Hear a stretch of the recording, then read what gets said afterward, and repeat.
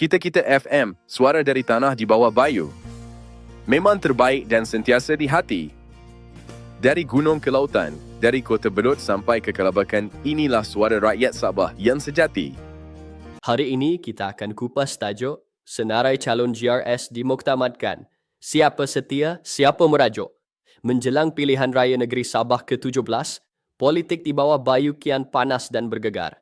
Selepas berminggu-minggu spekulasi dan rundingan, Gabungan Rakyat Sabah GRS akhirnya memuktamadkan senarai calon yang akan bertanding. Namun, seperti yang dijangka, perjalanan menuju pengumuman rasmi bukan tanpa gelora. Ada yang tersenyum lega, ada yang berkecil hati, dan ada yang terus meninggalkan parti. Ketua Menteri Merangkap Pengerusi GRS, Datuk Seri Haji Jinor, memaklumkan bahawa pengumuman rasmi calon akan dibuat pada 11 atau 12 November ini. 3 hingga 4 hari sebelum penamaan calon yang ditetapkan pada 15 November. Beliau menegaskan senarai sudah siap disemak dan disahkan, hanya menunggu masa sesuai untuk diumumkan kepada rakyat Sabah. Namun di sebalik pengumuman itu, Haji juga tidak menolak kemungkinan berlaku pertindihan kerusi antara GRS dan rakan kerjasama dalam Kerajaan Negeri Pakatan Harapan PH. Katanya, berlanggar sikit-sikit itu bolehlah. Satu ungkapan santai tetapi penuh makna, menggambarkan betapa rumitnya realiti politik gabungan di Sabah. Dalam arti kata lain, kerjasama tetap ada, tapi sempadan pengaruh dan kuasa masih lagi kabur di beberapa kawasan. Haji turut menyentuh isu perebutan untuk menjadi calon yang kini hangat diperkatakan di peringkat akar umbi. Beliau menyindir sesetengah individu yang melobi kuat untuk dicalonkan. Namun apabila tidak tersenarai, mereka memilih untuk keluar parti atau menentang dari dalam. Kata Haji, kita tidak buang mereka, mereka yang buang diri sendiri. Ayat yang ringkas tapi tajam menandakan ketegasan beliau dalam menghadapi budaya politik tidak dapat terus merajuk yang masih wujud di beberapa parti tempatan. Nada yang sama turut dilaungkan oleh Dato' Armizan Muhammad Ali, Timbalan Setiausaha Agung GRS merangkap Menteri Perdagangan Dalam Negeri dan Kos Sara Hidup. Beliau mengingatkan semua pemimpin dan ahli parti agar tidak mensabotaj perjuangan gabungan hanya kerana tidak dicalonkan. Katanya, jangan kerana kepentingan diri untuk jadi calon, kita hancurkan perjuangan yang kita bina bersama.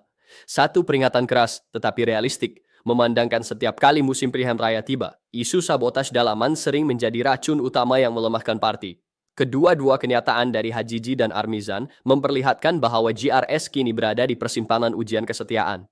Di satu sisi, mereka perlu mengekalkan perpaduan dalaman, memastikan semua ahli menerima keputusan dengan lapang dada.